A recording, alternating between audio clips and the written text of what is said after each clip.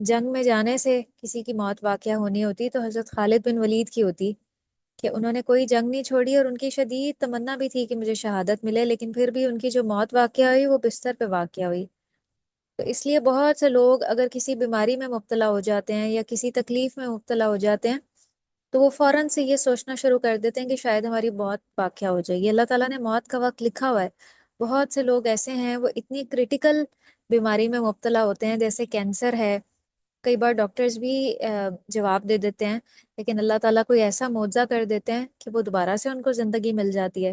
تو جس کی زندگی کے جتنے دن لکھے ہوئے ہیں، وہ موت کا جو فرشتہ ہے نا، وہ ایک لمحہ بھی اس میں تاخیر نہیں کرتا، ایک لمحے کی بھی اس میں ڈیلے نہیں کرتا۔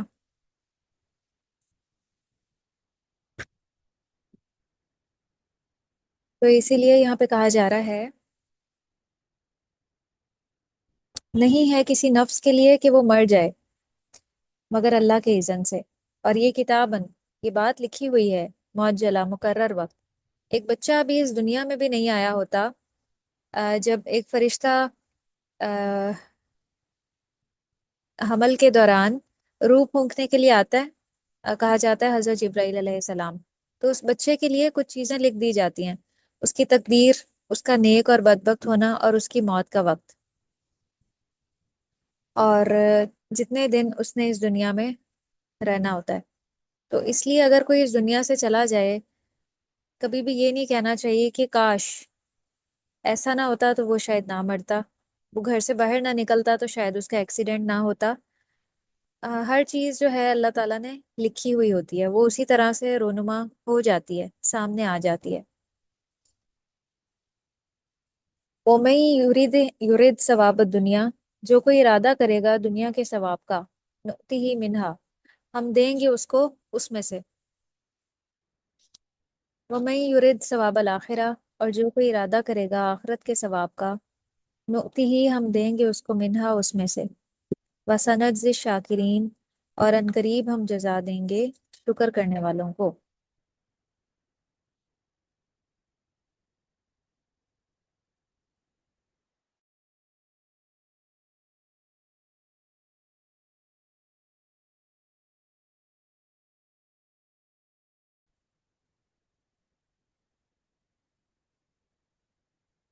یہاں سے ایک بہت اہم بات پتہ چل رہی ہے، ہمیں ایک لیسن مل رہا ہے۔ جب تک انسان کی نیت درست نہ ہو اس کا عمل درست نہیں ہو سکتا۔ جو لوگ آخرت کے لیے کام کرتے ہیں نا، وہ کام کرتے چلے جاتے ہیں۔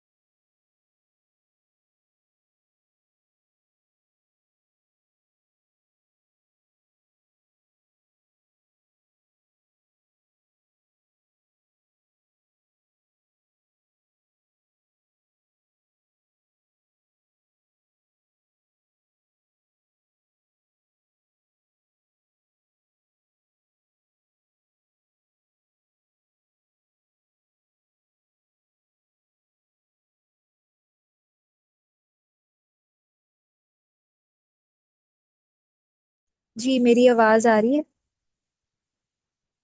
جی یہاں پہ دوسری بار شاکرین کا لفظ آ رہا ہے، پہلا آیت 144 میں آیا اور دوسرا 145 میں۔ تو شاکرین کا لفظ اس بارے میں ہم کافی دیکھ رہے ہیں۔ صبر کے بعد جس صفت کا بار بار تذکرہ ہو رہا ہے وہ شکر ہے۔ شکر ہوتا ہے کہ جس کا شکر ادا کیا جائے اس کے لیے عاجزی ہو، اور قرآن میں آتا ہے کہ آ، میرا شکر ادا کرو اور اپنے والدین کا شکر ادا کرو۔ تو جب آپ والدین کے شکر گزار ہوتے ہیں تو پہلی کوالٹی آپ میں کیا ہونی چاہیے کہ آپ والدین کے شکر گزار ہوں، ان سے بگڑنا، تکبر کرنا یہ ناشکرا پن ہوتا ہے، ان سے محبت کرنی چاہیے۔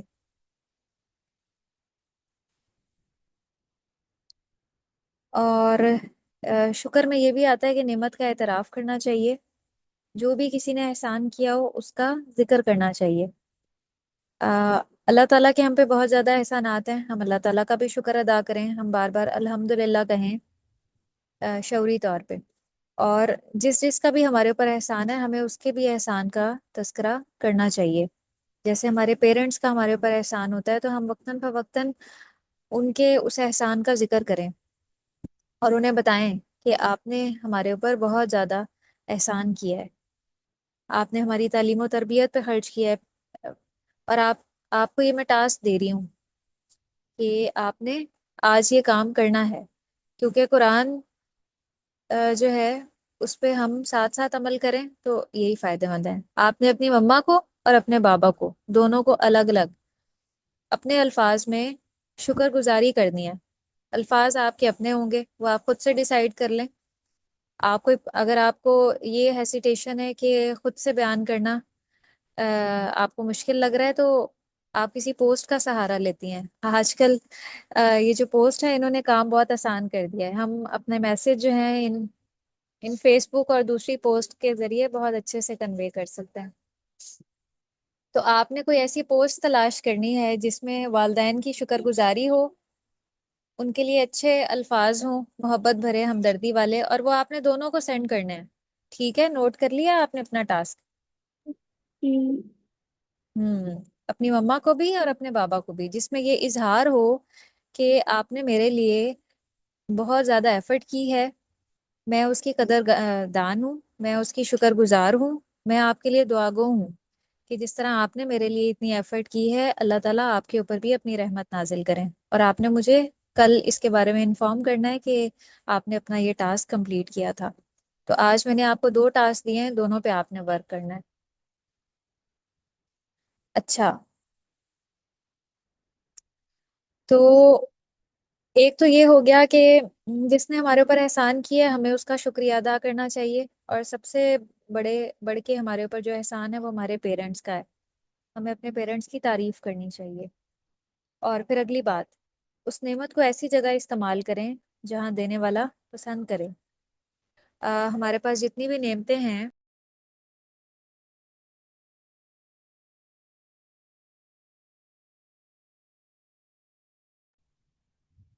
کو ایسی جگہ استعمال کرنا ہے جہاں پہ اللہ تعالیٰ کو پسند ہو۔ تو اللہ تعالیٰ کی شکر گزاری کے لیے کیا کچھ کرنا ہوگا، نوٹ کر لیں یہ سارے پوائنٹس، میں آپ کو کچھ چیزیں بتا رہی ہوں۔ سب سے پہلے نعمت کا اعتراف کرنا ہوگا۔ نمبر 2، اللہ کی حمد و ثنا کرنی ہوگی۔ نمبر 3، اللہ سے محبت کرنی ہوگی۔ نمبر 4، اس کے آگے عاجزی اختیار کرنی ہوگی۔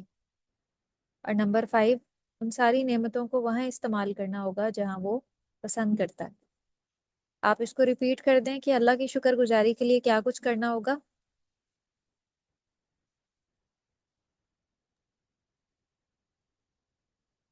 اور نعمت کا اعتراف کرنا ہوگا، اللہ تعالیٰ کی حمد و ثنا بیان کرنی ہوگی، اللہ جی تعالیٰ سے محبت کا اظہار اور عاجزی اختیار کرنی ہے، اور ہاں جی، ان کی نعمت کا صحیح جگہ پہ استعمال۔ ہاں جی، نعمت کو وہاں استعمال کرنا ہے جہاں وہ پسند کرتے ہیں، یعنی اللہ تعالیٰ۔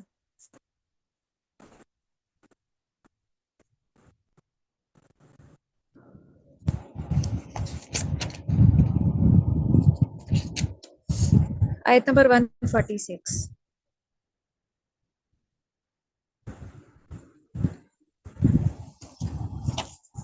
وَكَأَيِّن، اور کتنے ہی، من نبی، یہ نبیوں میں سے، قاتلہ جنگ کی، معہو اس کے ساتھ، ربیون اللہ والوں نے، کثیر بہت سے، فما تو نہ وہنو انہوں نے سستی دکھائی، لما واسطے اس کے، جو اصابہ ہم پہنچا ان کو، فی سبیل اللہ اللہ کے راستے میں، وما ضعوفوا اور نہ انہوں نے کمزوری دکھائی، ومستکانوا اور نہ وہ دبے، واللہ یحب الصابرین اور اللہ تعالیٰ محبت رکھتا ہے صبر کرنے والوں سے۔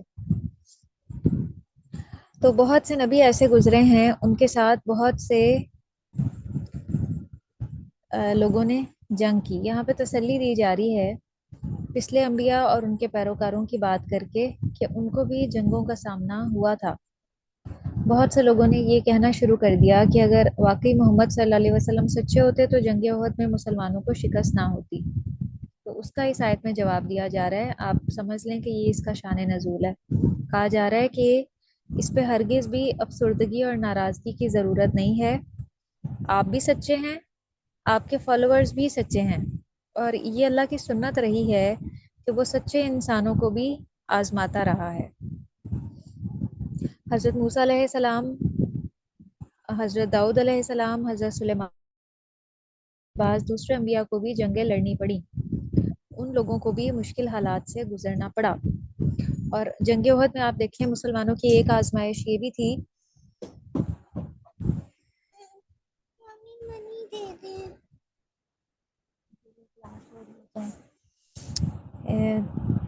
ایک آزمائش یہ بھی تھی کہ تقریباً 300 منافقین واپس پلٹ گئے تھے، اور پیچھے ہم نے طالوت اور جالوت کی جنگ کے بارے میں بھی پڑھا تھا۔ اس میں جب ایمان والوں کو منع کیا گیا تھا کہ اس نہر کا پانی نہیں پینا، تو اکثریت نے پی لیا تھا۔ تو اس موقع پہ انہوں نے کیا کہا تھا کہ کئی بار ایسا ہوا کہ چھوٹا گروہ بڑے گروہ پر غالب آ گیا، لیکن اس کے لیے ایمان، تقوی اور صبر جیسے جذبات شرط ہیں۔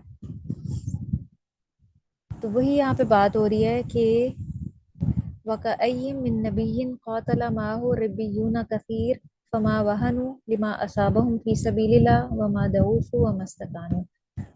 تو انہوں نے جنگ کرنے میں نہ سستی دکھائی اس پر جو اللہ کے راستے میں انہیں پہنچا، نہ ہی وہ خوفزدہ ہوئے غم کی وجہ سے، نہ ہی انہوں نے اپنا کام چھوڑا۔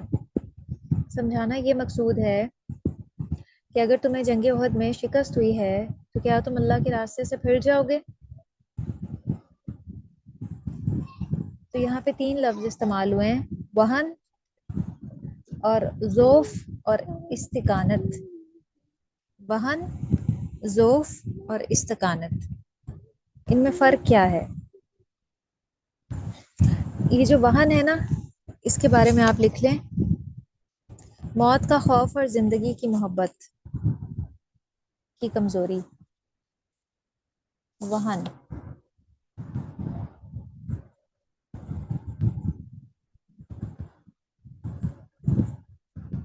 موت کا خوف اور زندگی کی محبت کی کمزوری۔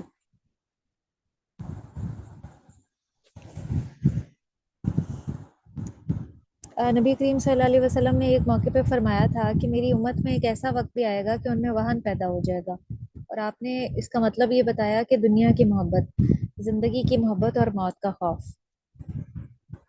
یہ حدیث بہت زبردست ہے، اور آج ہم امت مسلمہ اسی فیز سے گزر رہے ہیں کہ ہمارے اندر وہن پیدا ہو گیا ہے۔ دنیا کی اتنی زیادہ محبت دل میں آ گئی ہے کہ بس ہر انسان اپنے آپ کو ہی دیکھتا ہے، وہ اپنے کسی دوسرے مسلمان بہن بھائی کی تکلیف کو یا ضرورت کو محسوس نہیں کرتا۔ ہر کوئی اپنی ہی زندگی میں مست ہے، اپنی ہی خواہشات میں مست ہے، اور بس صرف اپنے آپ کو ہی دیکھ رہا ہے۔ اور جب یہ بزدلی اور کمزوری انسان کے اندر آتی ہے نا، تو اس سے پھر اس کے ارادے اور عمل پہ بھی اثر پڑتا ہے۔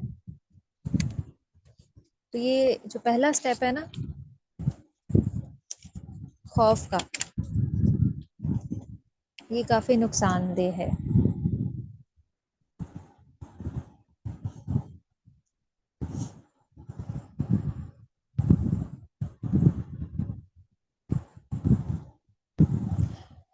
تو جو انسان اس کے اندر یہ 3 کام نہ ہو، نہ وہ کمزوری دکھائے، نہ وہ دبے،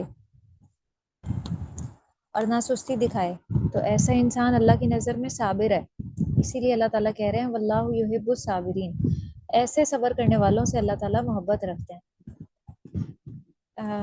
کیسے صبر والے؟ ان میں کون سی 3 کوالٹیز ہوتی ہیں؟ جو سستی نہ دکھائے، سستی نہ دکھائیں، کسی معاملے میں بھی سستی نہ دکھائیں، چاہے دنیا کا کوئی معاملہ ہو یا دین کا معاملہ ہو۔ ان کا اسکیجول اور ٹائم ٹیبل اتنا سیٹ ہو کہ وہ پورے دن کے اپنے ٹاسک اپنے شیڈیول کے مطابق کریں۔ ایسا نہیں کہ جب ہماری روٹین سیٹ ہو ہمارا اور اسکیجول ہو اور ہالیڈیز میں ہمارا اور اسکیجول ہو، نہیں، ہم نے ایک ہی اسکیجول کو فالو کرنا ہے، نہیں تو ہمارے اندر پھر سستی آ جائے گی، جو ہماری ڈٹرمنیشن ہے، جو ہماری محنت ہے، جو ہماری استقامت ہے، وہ تھوڑی سی پیچھے چلی جائے گی۔ تو ہمیں زندگی کے کسی بھی لیول پہ اس کو پیچھے نہیں جانے دینا، ہم نے اپنے آپ سے خود کام کروانا ہے۔ تو یہ ایک انٹرنل وصف اور خوبی ہوتی ہے، اپنے آپ سے خود کام کروانا، اپنے آپ کو سستی سے بچانا۔ اچھا، دوسرا کام، دوسری کوالٹی کیا ہے صابرین کی؟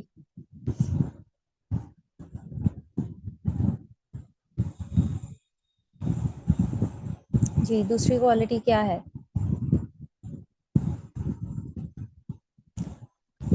وما دعوفو کا کیا مطلب ہے؟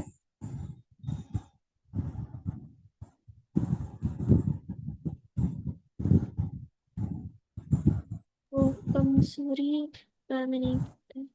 ہاں، کمزوری نہیں دکھانی کسی بھی معاملے میں، اور نہ ہی دبنا ہے، باطل کے مقابلے میں، ظلم کے مقابلے میں نہ کمزور پڑنا ہے اور نہ ہی دبنا ہے۔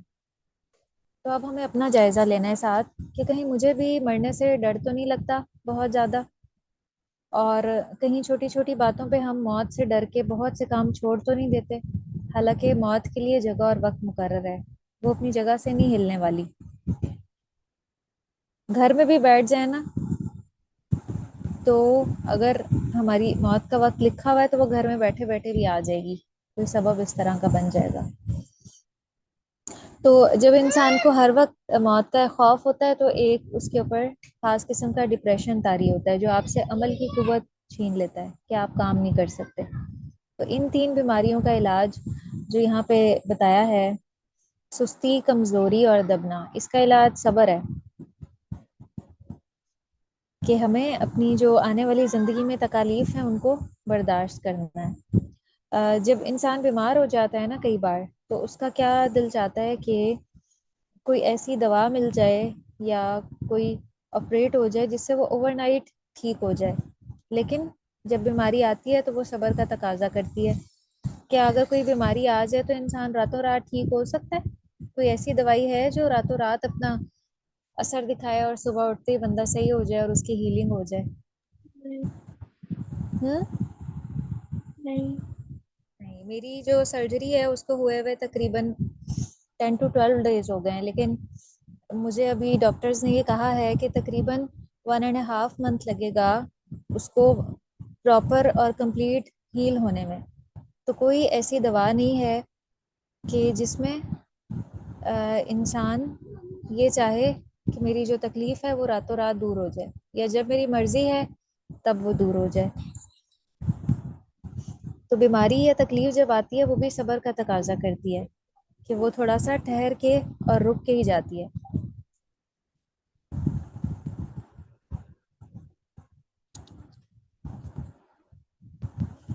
تو اس لیے ہمارے اوپر جب بھی کوئی تکلیف آتی ہے، خواہ جسمانی ہو یا روحانی ہو، اگر ہم اس پہ صبر نہیں کریں گے نا، شور شرابہ شروع کر دیں گے، واویلا شروع کر دیں گے، تو اس سے وہ ہماری تکلیف مزید بڑھ جائے گی۔ ایک فطرت کا اصول آپ یاد رکھیں، کہ فطرت کا اصول یہ ہے، اس دنیا میں کچھ کام اپنے وقت پر ہی ہونے ہیں یا ہوتے ہیں۔ اللہ تعالیٰ نے کچھ چیزوں کی نا پلاننگ اپنے پاس لکھی ہوئی ہے۔ مثال کے طور پہ میں آپ کو بیماری سے مثال دے دیتی ہوں، کہ اللہ تعالیٰ نے اپنے پاس لکھا ہوا ہے کہ یہ جو ریلیونٹ شخص ہے، یہ اس بیماری میں مبتلا ہوا ہے، یہ اس سے نکل سکتا ہے، یا 2 سال بعد ہی اس سے نکل سکتا ہے۔ تو اب وہ 1 سال یا 2 سال کا ٹائم پیریڈ کیسے گزارا جائے؟ اگر شور شرابہ کر کے گزاریں گے تو کیا وہ تکلیف کم ہو جائے گی، یا اس پہ کم ٹائم لگے گا ریکوری میں؟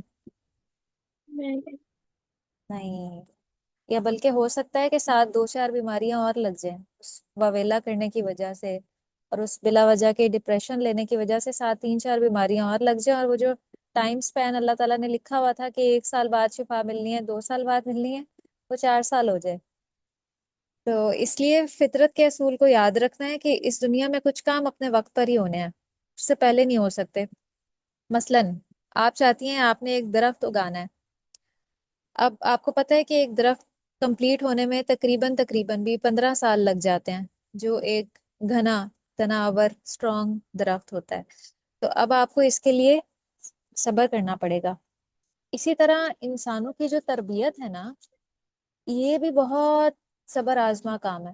حضرت نوح علیہ السلام نے اپنی قوم کو کتنے سال تبلیغ کی تھی.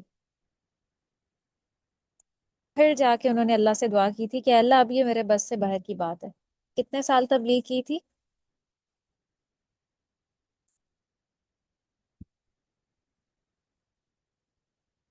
حضرت نوح علیہ السلام نے.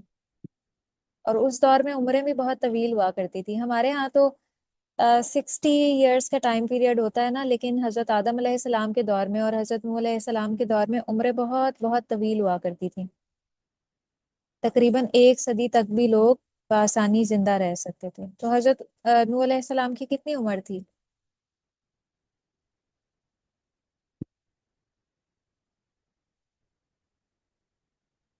نہیں اندازہ آپ کو؟ um,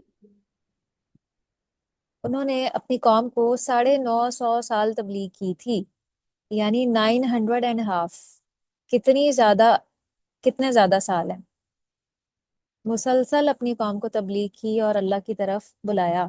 لیکن پھر بھی گنتی کے چند ہی لوگ ہیں جو آپ پہ ایمان لے کر آئے تھے اور آپ کے ساتھ اس کشتی میں سوار ہوئے تھے.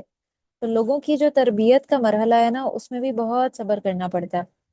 اور ایسا ممکن نہیں ہے کہ ہم اپنے بچوں کو، یا لیٹ سپوز ہمارے گھر میں جو اور لوگ ہیں جو بھی تھوڑے سے پیچھے ہیں، مثال کے طور پہ ہمارے اپنے بہن بھائی ہیں، ان کے اندر کوئی کمی کوتاہی ہے ہم دیکھتے ہیں اور ہم روزانہ ان کو بتاتے ہیں اور وہ ہماری بات نہیں مانتے، تو ہم یہ سوچیں کہ ہم ایک بار بتائیں اور ایک بار بتانے پہ ہی وہ ایسا کرنے لگ جائیں. تو ایسا نہیں ہوگا.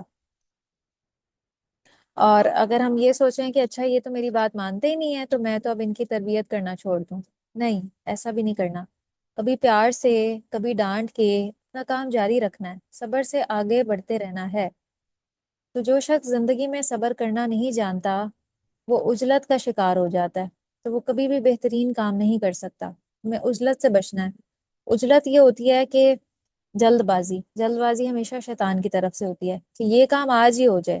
میں نے آج اس طرح سے سوچا ہے، آج میں نے اپنے بھائی سے کہا ہے کہ وہ کل سے نماز پڑھے تو وہ کل سے لازمی پڑھے، کل سے پڑھنے لگ جائے وہ. تو یہ عجلت ہے. عجلت سے ہم نے اپنے آپ کو بچانا ہے. نہ دنیا کے حوالے سے عجلت کرنی ہے اور نہ آخرت کے اعتبار سے. اسی لیے یہ دعا سکھائی گئی ہے، ربنا اغفر لنا ذنوبنا واسرافنا فی امرنا وثبت اقدامنا وانصرنا علی القوم الکافرین. یہاں پہ ثابت قدمی کی دعا ہے کہ اللہ میرے قدم جما دیں کہ میں کبھی بھی زندگی میں عجلت کا شکار نہ ہوں اور میں صبر سے اپنا کام کرتی چلی جاؤں. اور پہلے اللہ سے یہ دعا ہے، اپنے گناہوں کا اعتراف ہے کہ اللہ ہماری زیادتیوں سے درگزر کیجیے گا، ہمارے قدموں کو جما دیں اور کافر قوم کے مقابلے میں ہماری مدد نہ کیجیے گا. یہ جو ہے ربیون، جو رب والے ہیں ان کا قول ہے. پیچھے جن کی بات ہوئی تھی نا، ربیون کثیر، اللہ والے، یہ ان کی دعا ہے کہ وہ اللہ تعالیٰ سے یہ دعا مانگتے ہیں. جنہوں نے نہ وہن دکھایا، نہ ذوف دکھائی، نہ استقامت، صبر کیا اور جمے رہے، اللہ سے مدد مانگی، تو یہ ان کی دعا ہے. اور یہ دعا آپ نے یاد کرنی ہے، ربنا اغفر لنا ذنوبنا واسرافنا فی امرنا وثبت اقدامنا وانصرنا علی القوم الکافرین. جب بھی زندگی میں کوئی مشکل محسوس ہو، دین پر عمل کرنے کے حوالے سے قدم پیچھے کو جائیں، تو یہ دعا پڑھنی ہے. اس میں استقامت کی دعا بھی ہے. اس دعا کو پڑھیں 2 3 دفعہ.